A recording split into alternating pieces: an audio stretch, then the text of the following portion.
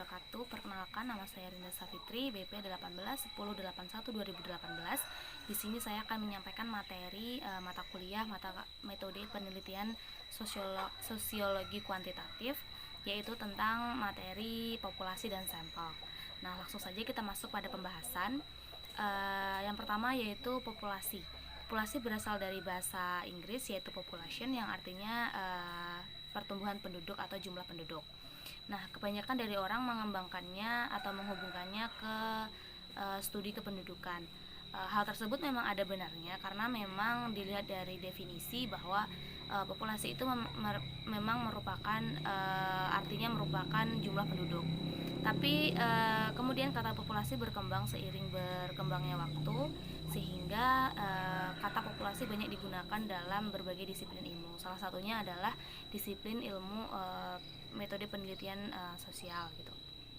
Dalam metode penelitian, kata populasi diartikan sebagai serumpun atau sekelompok objek yang menjadi sasaran dalam penelitian. Dilihat dari kompleksitas objek penelitian, populasi itu dibedakan menjadi dua, yaitu populasi heterogen dan juga populasi homogen.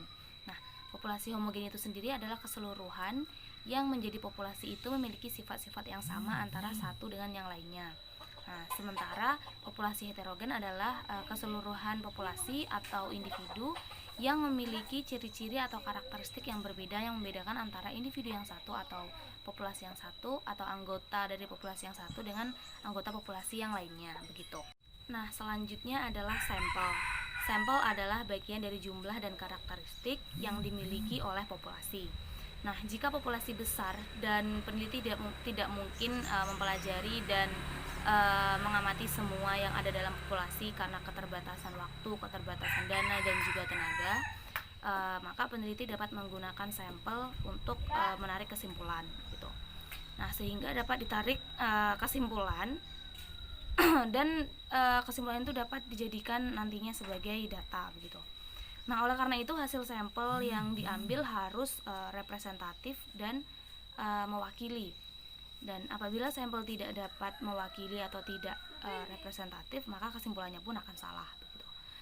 Marzuki mengemukakan bahwa ada beberapa keuntungan penelitian dengan pengambilan sampel, yaitu yang pertama adalah adanya penghematan biaya seperti lebih murah, terus adanya penghematan waktu seperti lebih cepat, dan juga penghematan tenaga dalam mempergunakannya. Nah, terus juga selain itu ada juga keuntungan lain di mana kemungkinan akan diperoleh hasil itu menjadi lebih benar, lebih baik, dan lebih tepat, dan kesalahan juga dapat diminimalisir. Selanjutnya adalah teknik pengumpulan sampel, yaitu ada dua teknik. Yang pertama probability sampling dan non-probability sampling. Nah, yang pertama adalah probability sampling, adalah teknik pengambilan sampel yang memberikan peluang sama bagi setiap anggota populasi untuk menjadi sampel begitu. Nah, ada 5. Yang pertama adalah simple random sampling, adalah teknik yang paling sederhana dan simple. Sampel ini diambil secara acak tanpa memperhatikan tingkatan yang ada dalam populasi. Tiap elemen populasi memiliki peluang yang sama dan diketahui untuk terpilih menjadi subjek penelitian begitu. Berikutnya adalah stratified random sampling. Teknik ini membantu menaksir parameter populasi. Mungkin terdapat subkelompok elemen yang bisa diidentifikasi dalam populasi ini yang dapat diperkirakan memiliki parameter yang berbeda dengan suatu variabel yang diteliti gitu. Terus yang ketiga adalah proportionate stratified random sampling. Teknik ini hampir sama dengan simple random sampling, namun penentuan sampelnya ditentukan atau dilihat secara bertingkat atau hierarki gitu, yang ada dalam populasi.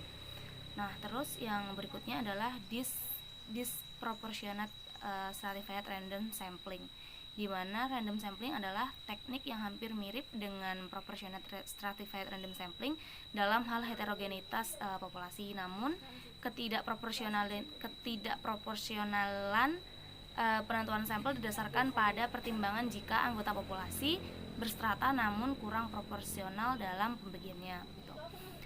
Terus yang terakhir atau yang kelima adalah cluster sampling.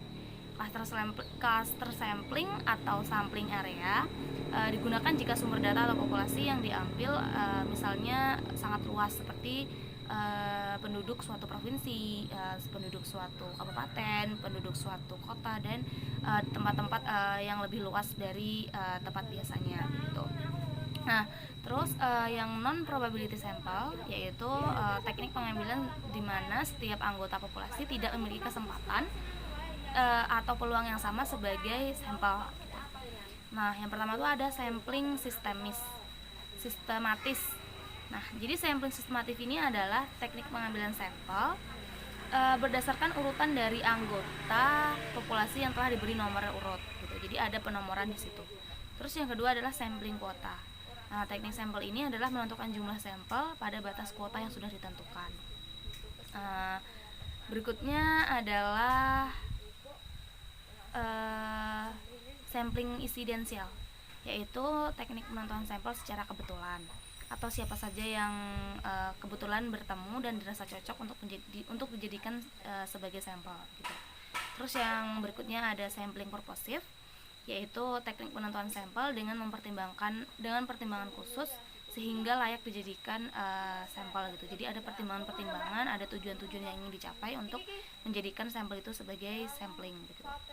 Yang selanjutnya adalah sampling jenuh atau bored sampling.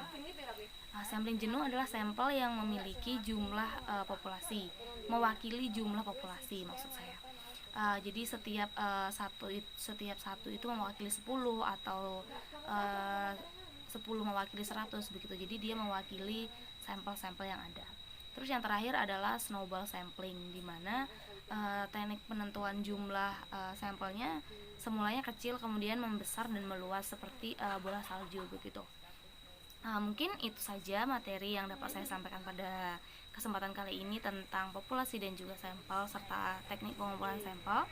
Apabila saya ada kesalahan saya mohon maaf. Di sini saya mewakili kelompok 5 mata kuliah metode penelitian sosial kuantitatif. Apabila ada kesalahan mohon dimaafkan dan semoga materi yang saya sampaikan dapat dimengerti dan dapat dipahami oleh para pendengar.